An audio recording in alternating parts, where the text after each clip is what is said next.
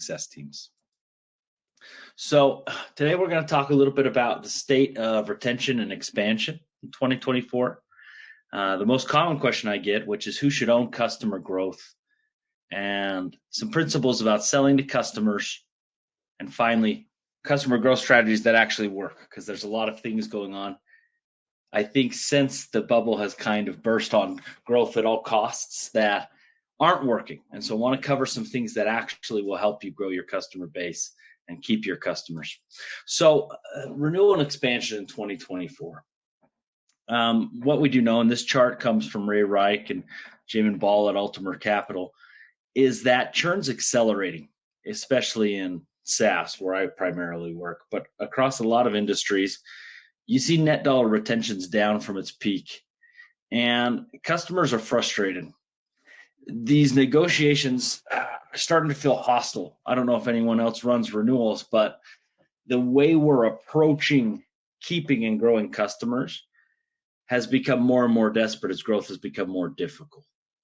And because of that, we're losing trust. So whether your sales team is trying to expand and keep your customers, your customer success team, or in some cases, a combination of both and some sort of account management motion, the problem has been things have started to create a pressure on our post-sales team, especially customer success, to own a number and to go out and keep and grow your customers, but without a lot of frameworks on how to do that. And the reason this is so hard, because retention is the most important motion in SaaS. And recurring revenue only works with strong retention. And so this may be the most important job in all of SaaS. It's definitely one of the most important motions in SaaS, is how do you keep and grow your customers? And we're piling this number on a team that traditionally has owned adoption or education, or even in some places glorified support. And so now making this transition, you'll see a lot of success teams are starting to move under a CRO, and there's a pressure on them to go out and own and hit this number.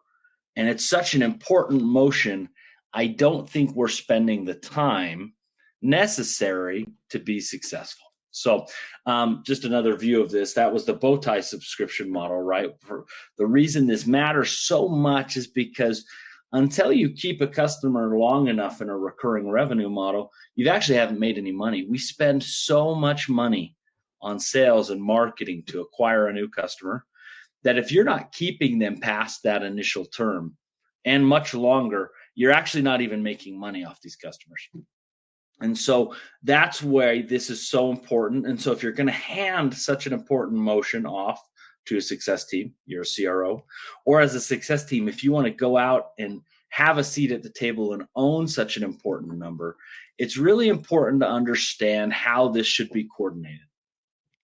So this is called the Layer Sales Coverage Model, and it was developed through research by TSIA. And it's one I really like. I've built a lot of renewal and expansion teams across B2C, B2B, enterprise, mid-market. And this makes the most sense because every company is different. So if you ask me today, who should own renewal and expansion, I would tell you it depends. And it depends largely on complexity.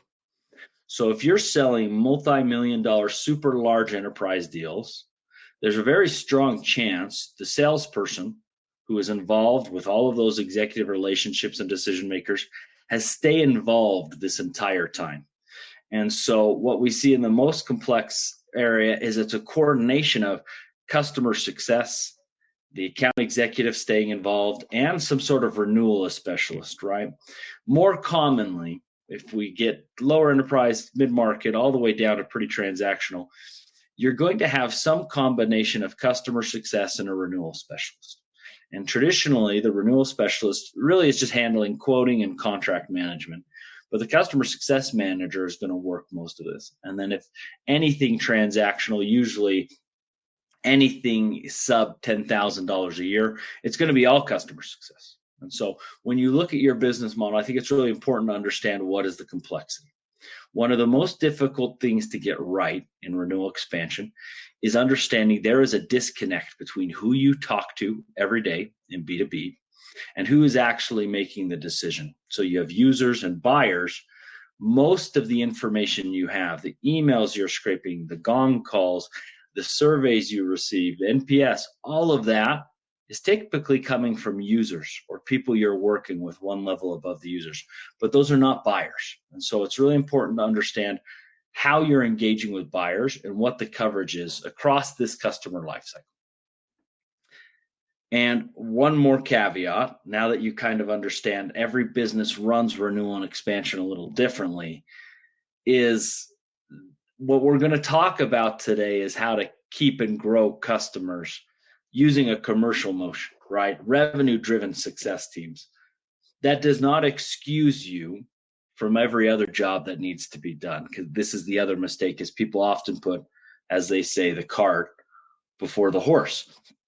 This bottom half of this pyramid, we want to make sure that the product's actually working, that we're actually solving problems. All the time I'll hear people say, well, customer success is about outcomes, not driving revenue. I don't think that's necessarily true. If you manage to get an amazing outcome from your customer, and then 12 months later they leave anyway because the mission was accomplished, that's not success. The point of customer success is to keep and grow customers, because the only way to be profitable, like we talked about, is to actually keep those customers and keep delivering value. So outcomes are very important, but the tip of this pyramid, and this is Andreessen Horowitz's analysis of customer success, is commercial health. Are your customers set up to renew and expand? Okay, so let's talk about selling to customers. There's this idea popular in astronomy called the Goldilocks principle, which basically describes Earth distance from the sun, right? If you're too close to the sun, you're too hot. And if you're too far, you're too cold. Earth is in just the right place that water and life can exist. And this is a principle we use to look for planets that possibly could sustain life. This is the same principle as selling to customers. You can't be too hot or too cold, which are the most common things that you see when evaluating growing customers, right? So too hot, this is where you're basically running a BDR motion to your customers. You're trying to sell them all the time. You're being really aggressive. You're pushing upsell and cross-sell on them too hard. And it's not a fit for them, either for their business, for where they're at in their life cycle. And the difference between prospects and customers is you actually should know your customers. You should know that it's not a fit. You should understand where they're in their adoption life cycle. And then more commonly with success teams is too cold. Success teams upsell motion often looks like, let me know when you want to add some licenses. Let me know when you're ready to buy something else. And that doesn't work either. It's almost just as bad, because you're opening up competitive threat and the possibility of churn, or at worst, just a missed opportunity, because you're not actually driving value and being an advisor, right? You're being a glorified support person. So Just Right is focused on customers, solving problems. And when you solve problems for customers, that will open up the opportunity to grow. So let me walk you through, for the last half of the presentation, actual strategies you can employ to start expanding your customers more rapidly and keeping those customers. So first, we'll talk about burden of proof. Before you go and start selling, it's really important to understand the emotional journey your customers are on. People buy things emotional. And so when I talk about this journey, you'll map out your entire process, your customer journey from when you first onboard a customer all the way to when it's time to renew and expand, right? And in addition to those actual steps they're taking of logging into the product for the first time, getting value for the first time, you have to understand where they're at emotionally. You can't sell customers who are too hot. It's a terrible time if someone has a huge issue or their expectations aren't being met, to then try and position yourself to sell, right? You want to ride positive emotions in order to sell. When things aren't going well, you actually just need to triage the situation. The other thing you want to focus on is actually not running this in a very rote way. So the other mistake I see a lot of people doing is, okay, so 120 days before the renewal, I'm going to reach out and I'm going to give them a proposal to grow the contract 30%. That is not the time to actually upsell a customer. What most people don't realize is most upsell actually happens within 90 days of the initial contract being signed. And so it's important to understand that off-cycle upsell is actually the best way to grow your customers. As you encounter problems that you can solve, as they're satisfied with the results you're giving them, that is the time to propose new services, upgrades. If you try it when it's time to renew, which is what 90% of people do, it's a big mistake, because that's the time they're coming in looking for savings. And so your goals are at odds with one another. And so the burden of proof, you can't sell if they don't trust you. They won't trust you if you're not driving results. And again, you got to think about this as a continuum of both process and emotion, and time these motions correctly. Once you have the burden of proof, and what I mean by that is, in sales, was a salesperson for a long time before I ran renewal and expansion, you can kind of say a lot of crazy stuff, right? Basically, they don't know, they trust you. The problem with selling to customers is they've used the product now. It's been a year or 2 years with your team. You can't make these crazy claims. You can't say things that aren't substantiated. You can't claim value that's not real. And so that burden of proof exists, and you develop credibility by delivering what you've promised you will.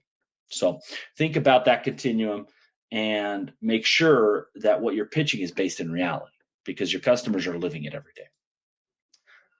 Number two, understand your commercial levers. So now that you have this customer journey and understand on the continuum the best time to both emotionally and from a process standpoint sell your customers, it's important you break down your business into metrics that are easy to understand. Every recurring revenue model, this is bottom up SaaS, but is a math equation, right? And what you're looking at is what levers can you pull to make your number? We all know customers stay when they get value.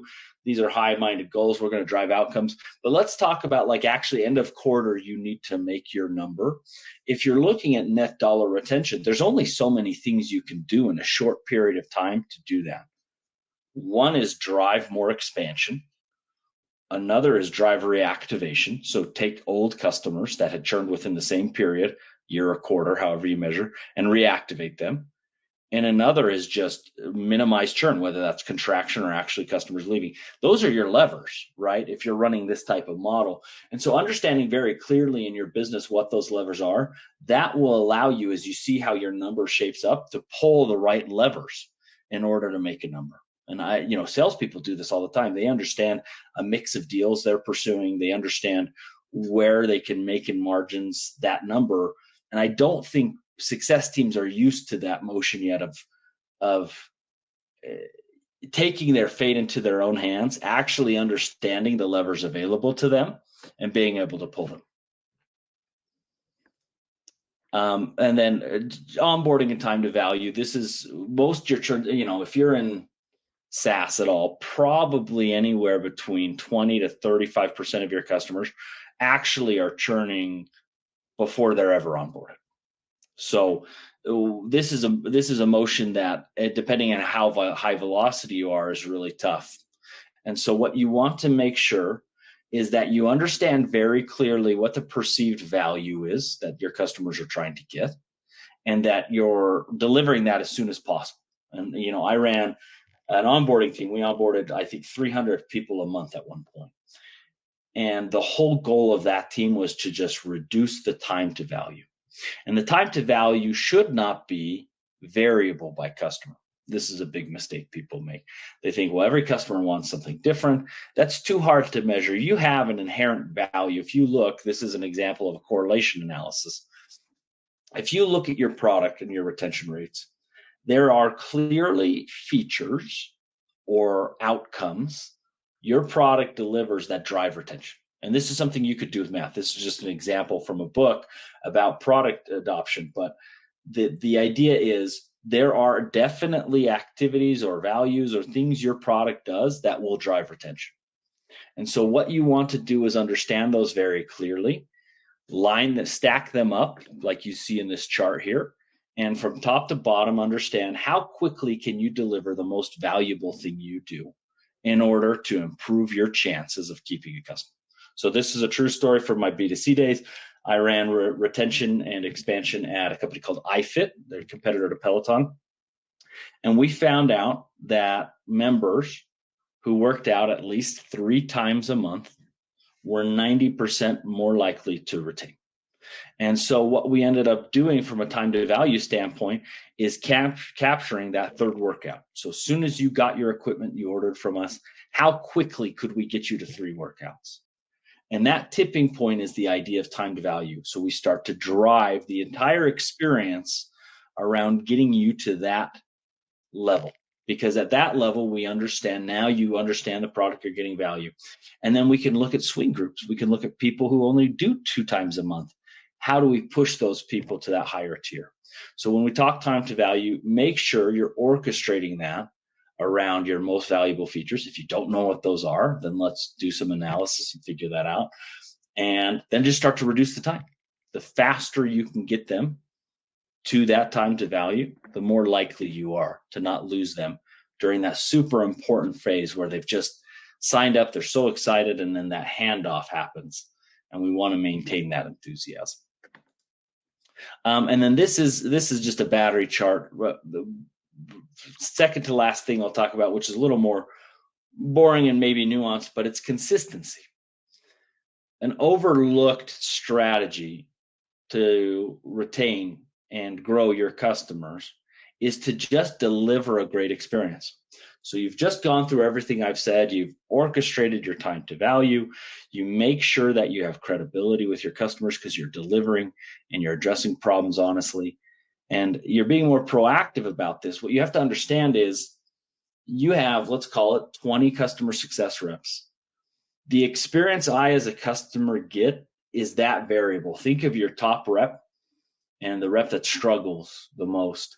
My experience with your company is defined by which rep I actually get. So there's a gap, right? There's a gap in how great that experience can be. And that experience gap really manifests itself. And so a lot of the times we're always trying to drive our best foot forward and deliver a better and better and better experience. I spent 11 years doing customer experience analytics. And what I'll tell you is almost more valuable than driving the top type experience or the white glove experience. It's actually shrinking your gap between your bottom and your top experience. So what you're actually looking to do is drive consistency. That gap should shrink.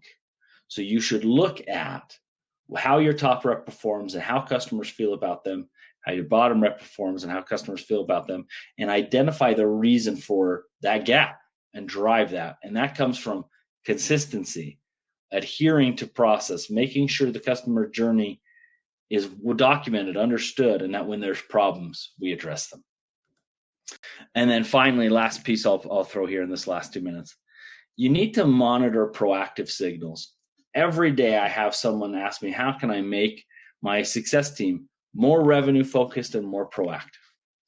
And the simple answer is they need to react to proactive things. So we give them a list of things to do every day, and their jobs are to go tackle this list of accounts. And they have more accounts than ever now as we've gotten leaner. So how do they find time to be proactive? They never will. And so you need to monitor for proactive signals for them to go and address. And what I mean by that is, if I get a cancellation notice trying to run a save motion, that's too late. There are signals now that exist that will allow you to go react well before it's time to churn, well before it's time to buy. And if you incorporate those signals into your operations, you'll find your customer success team is working the right accounts at the right time, and they're doing things that actually drive renewal and expansion. What I mean by that is, are they getting in touch with execs that have been hired? Are they tracking buyer intent and research their customers are doing into new product services? Watching when their champion changes, watching for tech stack changes, looking at competitor research, or if there's economic problems in the company. So all of that is proactive data you can actually go get. This is what my company does now, is that this is what you can go find through all these service providers that work in signals. And you can incorporate this with your usage data and your adoption data to actually drive a more proactive experience. So if you want to start getting ahead of churn and selling at the right time rather than waiting to the end of the contract, these are the type of signals you want to bring into your motion. Well, that's all the time. I just want to finish on, just focus on delivering a valuable customer experience consistently, proactively, and then you'll measure those with those levers we talked about, concrete financial metrics, and that should help you. Again, thanks for your time. Thanks for the opportunity. If you have any other questions, feel free to get in touch, and appreciate it. Thanks so much.